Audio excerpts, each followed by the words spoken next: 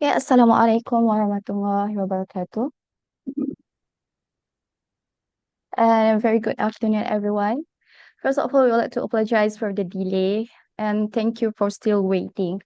Welcome to Halal Tourism 101 Episode 5, proudly brought to you by CrescentRating Academy. So it's a great to see many of you joining us today. If this is your first time, very warm welcome. A very warm welcome, and for those who joined us in the earlier episodes of our free webinar series, it's wonderful to meet you again. So we'll be starting in a few minutes just to give a little more time for others to join. So please make yourselves comfortable and we will begin shortly. Thank you.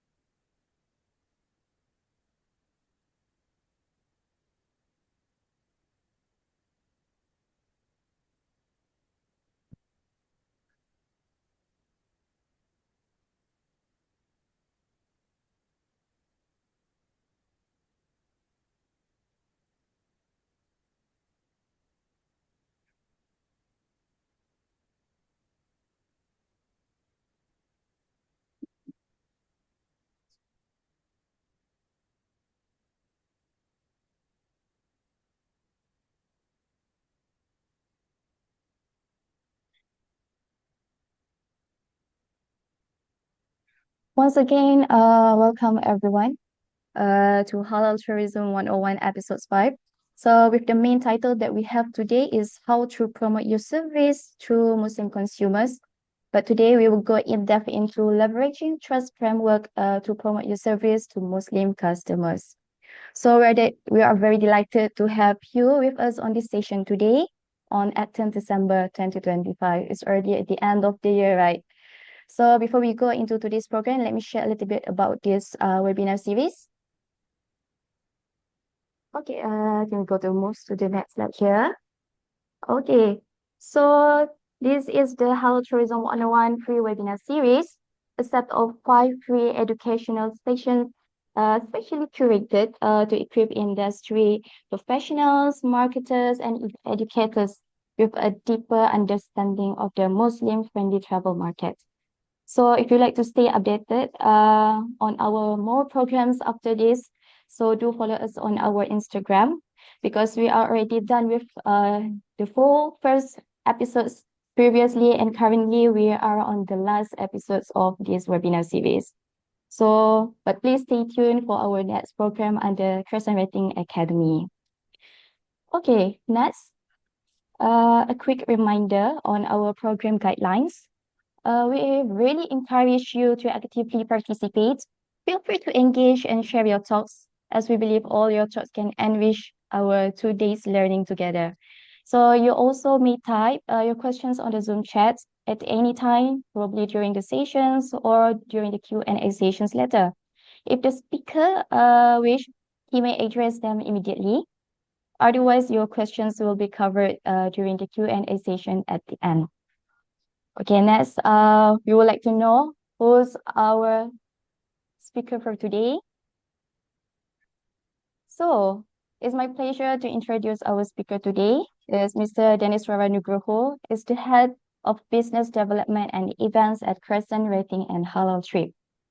So he already lead the CrescentRating and HalalTrip's business development and events team while driving a strategic partnerships and industry engagement across the global Muslim-friendly travel ecosystem.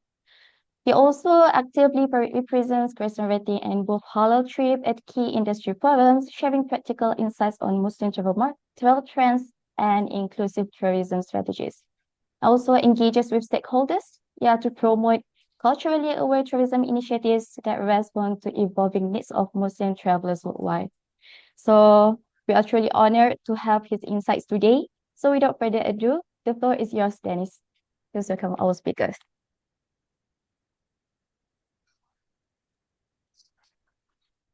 Thanks very much, Nabila. Good afternoon, everyone, and thank you for attending our webinar today. So this session is a milestone for us as it marks the final part of our webinar series this year.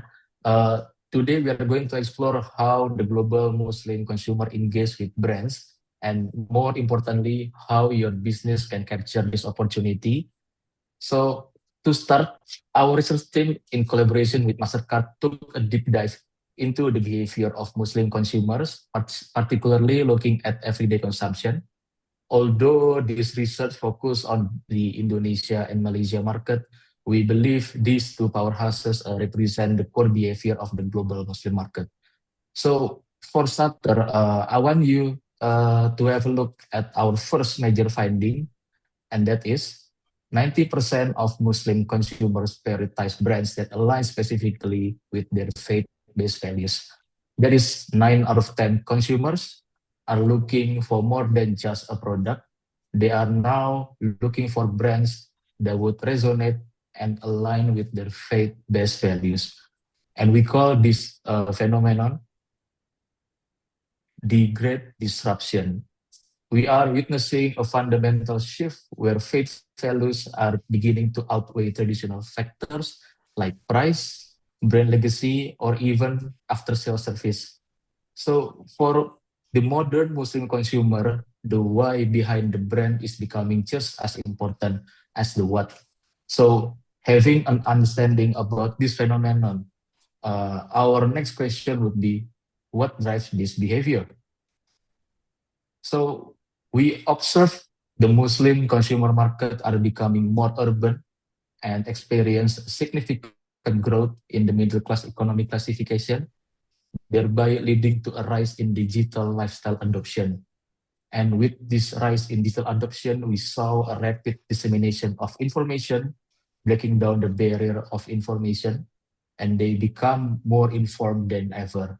And that change creates a shift in the expectations and behaviors.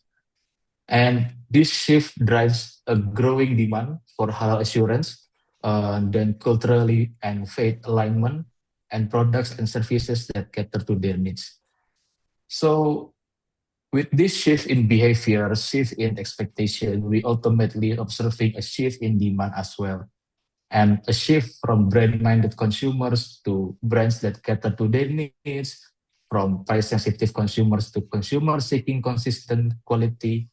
So the next question that we should ask today is how we, as the businesses, can foster meaningful connection while building a lasting relationships with this fast-growing consumer base.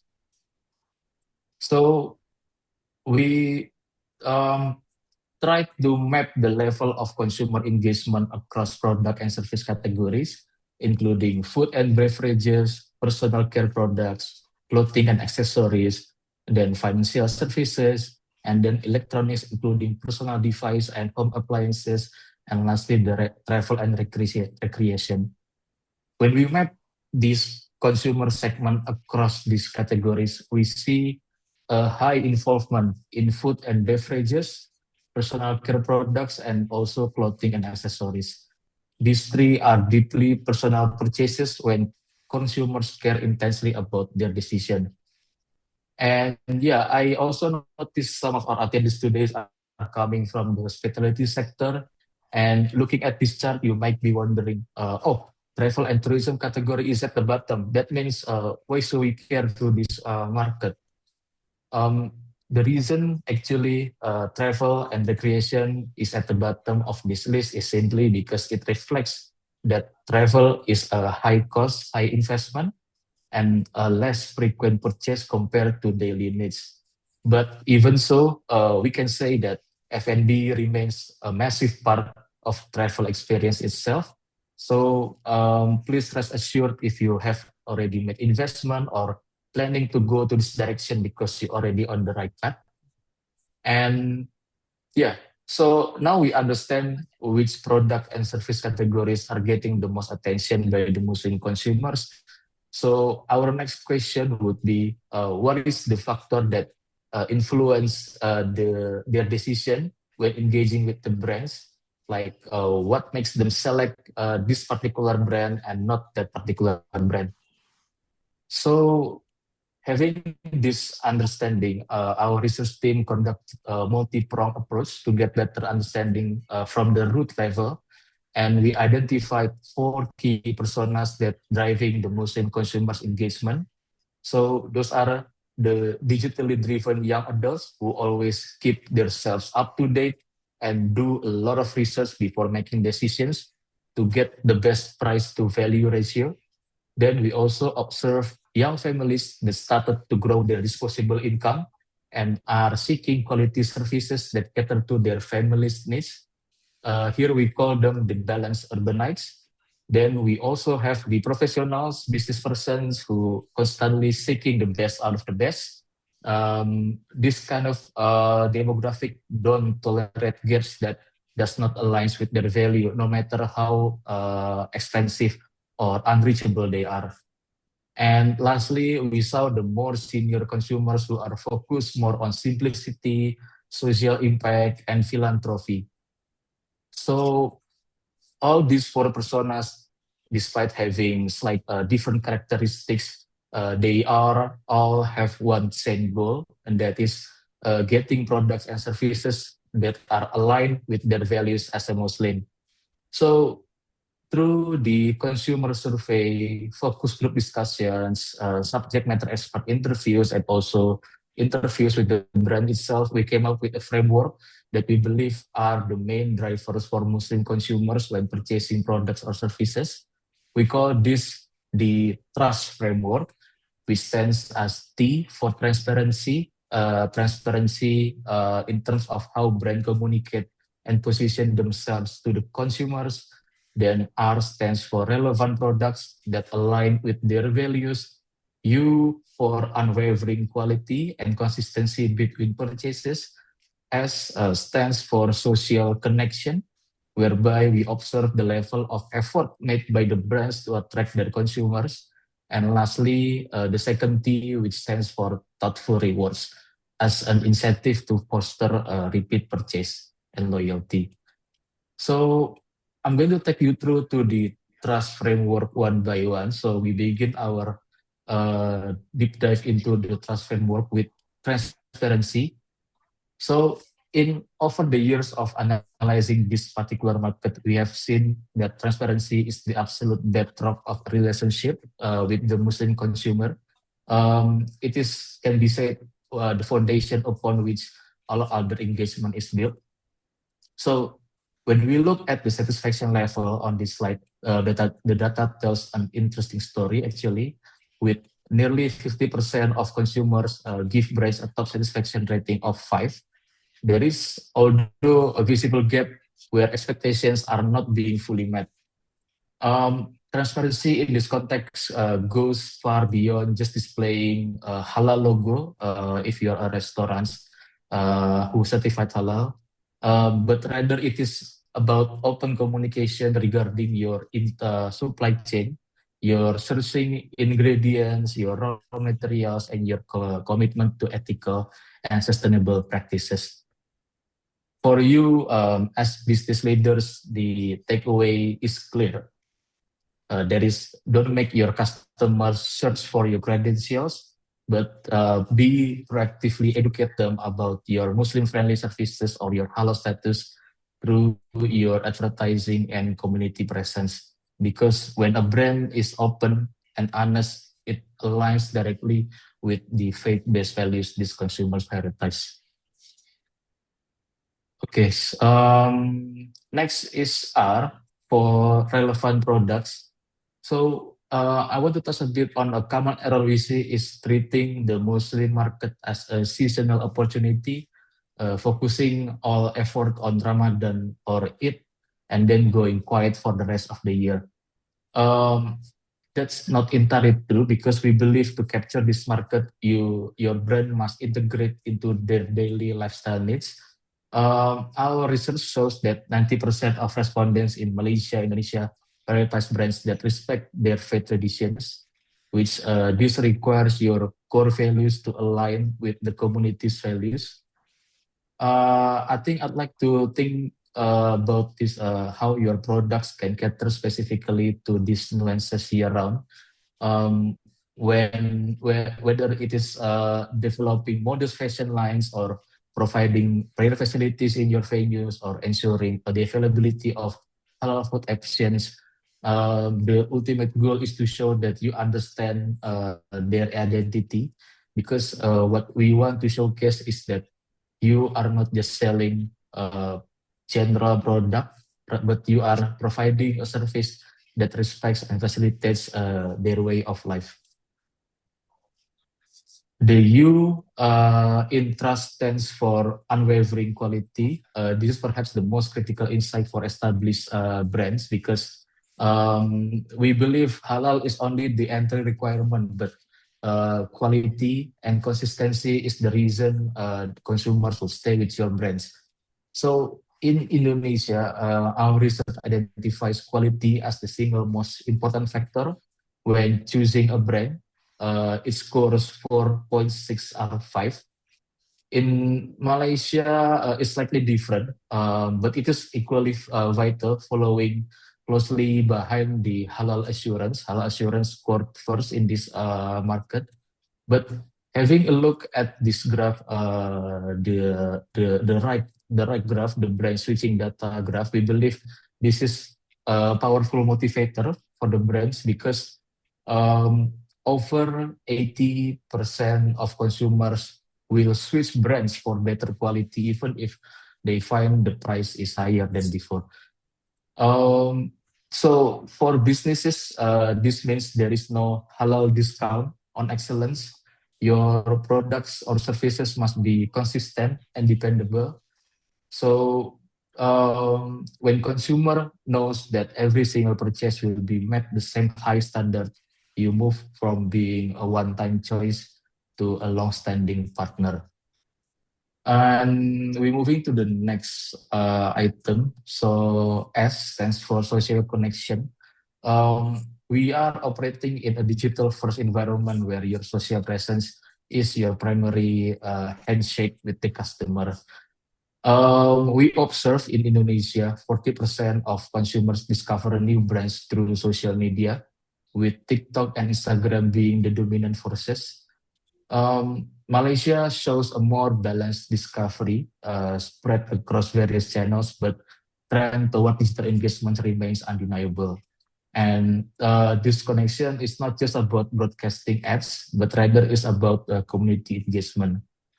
So businesses, when build this connection, being where they are, actively show up in their touch points, like for instance, participating in local Islamic events or collaborating with influencers on campaign, and also creating inclusive digital campaigns that celebrate their culture. We believe with a strong social connection, businesses don't just increase the visibility, but also it builds their credibility within the Muslim community. And finally, the second T, the thoughtful rewards. This is your primary tool for long-term customer retention.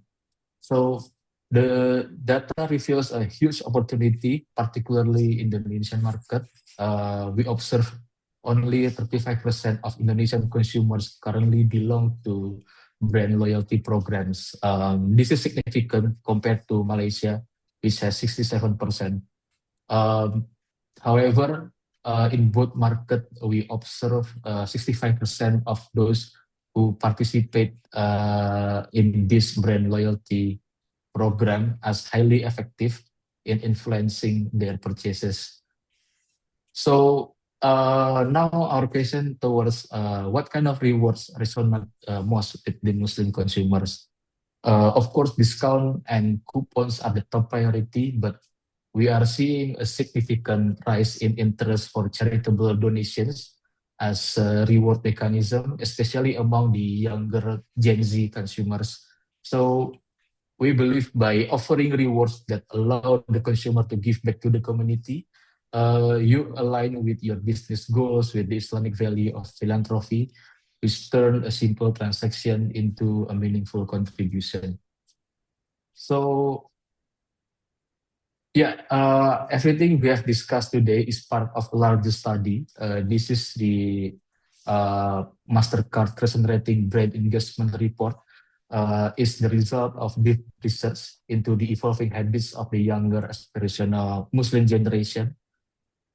We have covered quite a lot of ground today, but there is even more detail in the full publication itself. So I highly encourage you to download the report for free using the QR code displayed on the screen. Okay, I think that will be it. The end of my presentation. Once again, I thank you all for your time today, and I pass it back to Nabila. Thank you. Okay, that's good, Dennis. So thank you so much for sharing the thoughts, for the valuable insights regarding how to promote our service to the Muslim consumers. So we'd like to move on into our Q&A sessions. So this is your chance to engage directly with our speaker. Before that, a quick reminder. Please keep your question clear and relevant to today's topic. You can either use the raise hand feature to ask directly or simply drop your questions in the chat box. So we will do our best to address as many questions as time allows and permits. Yeah.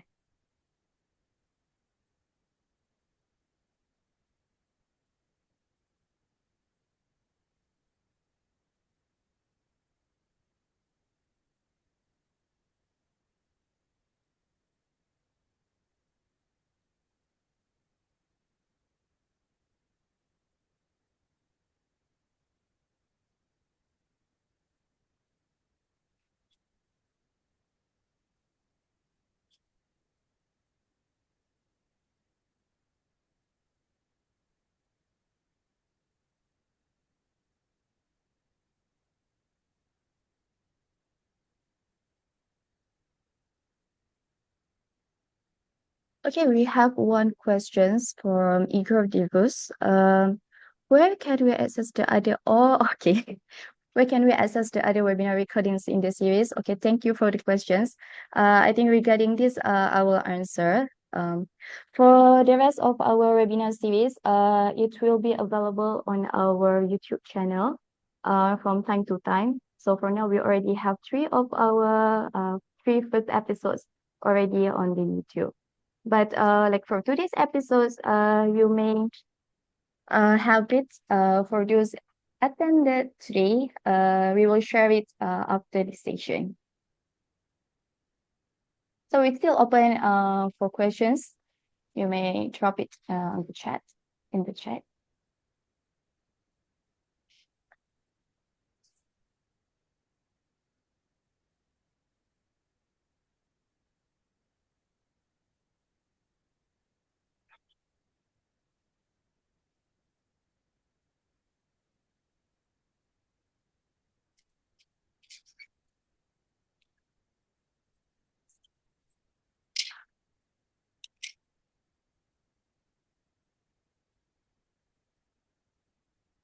Here we have one questions from Miranda Liu. So the questions, what is the big difference between Indonesia and Malaysian food items? Okay, Dennis, the floor is yours to answer this question. Okay, thank you so much, Miranda, for your question. So, what is the difference between Indonesia and Malaysia food items?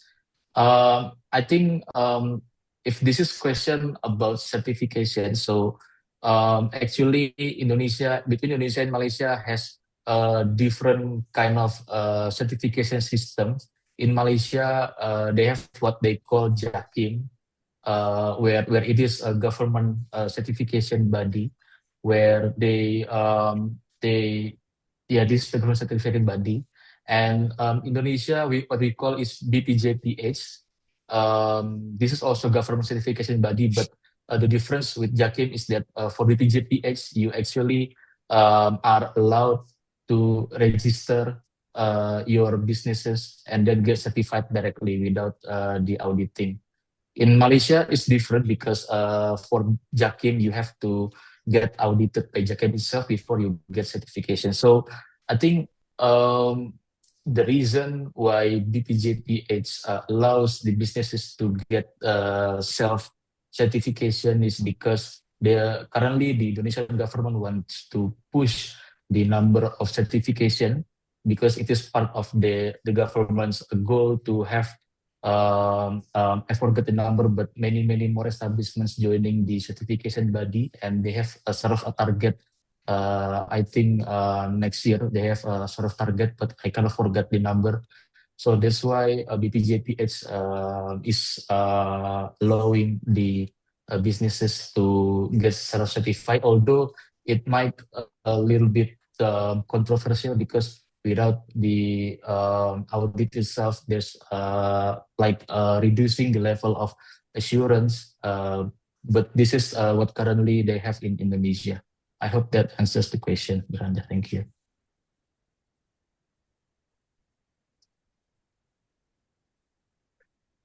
Yes, thank you, Dennis, for answering the question from Miranda.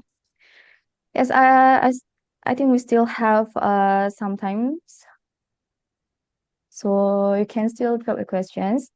And yeah, in the meantime, for those who want to have a look on the previous episodes, we already have it available on YouTube, Crescent Rating Academy YouTube. So you may check the recording, the replay of our previous episodes.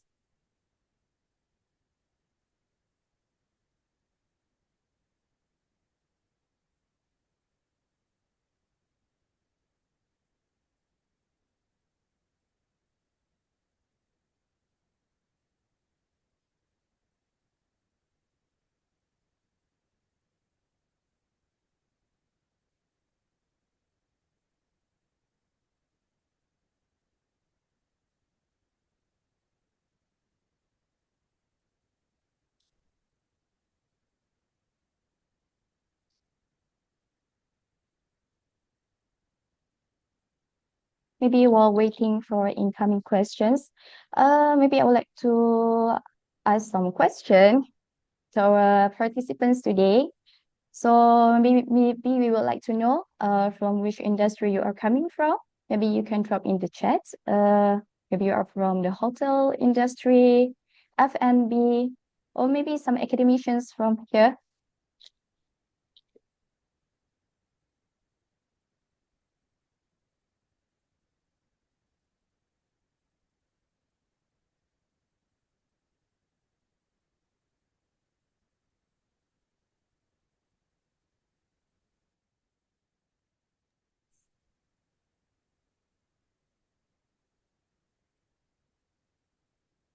So we have Said Tamisuddin from hospitality industry from Fignoli Consulting. Yeah, welcome.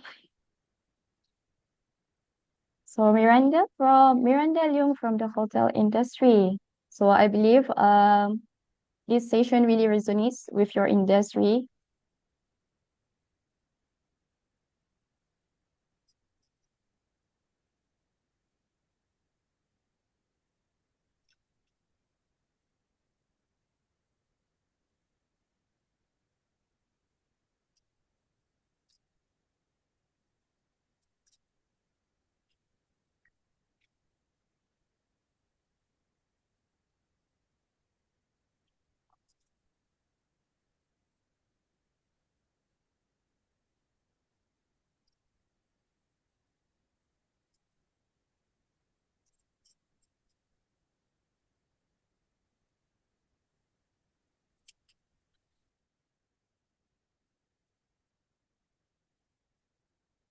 Okay, we also have Mr. Stephen Leung from Alva Hotel in Hong Kong. Okay, I think we already been waiting for quite a while. So I think we can end our sessions for today. But before we end our sessions, we have a little a little bit reminder.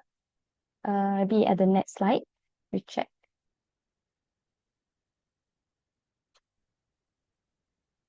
Oh, okay. So before we end today, um, thank you once again for your participations today. So before we wrap up, if you have few more questions, you can stay connected with us through CrescentRating or HalalTrip, or you can also email to us on our email there, info@crescentrating.com. So just a reminder, before we end, one thing that which is a benefit for those attending today, a recording link for this webinar will be sent to your inbox, but it will be only available for 3 days. So a short feedback questionnaire will also be included in our follow-up email. We'd really appreciate if you could take a few minutes to share your thoughts. It will help us to make our future programs even better than today. So before we end, on behalf of Crescent Rating Academy and also on behalf of our speaker, thank you for joining us for Halal Tourism 101. Now we're already at the end of this series. We look forward to seeing you in our more upcoming program in the future. Until then, stay safe, take care, and Assalamualaikum warahmatullahi wabarakatuh. Thank you, everyone. Thank you very much, everyone, for your attendance. Have a good day. Bye.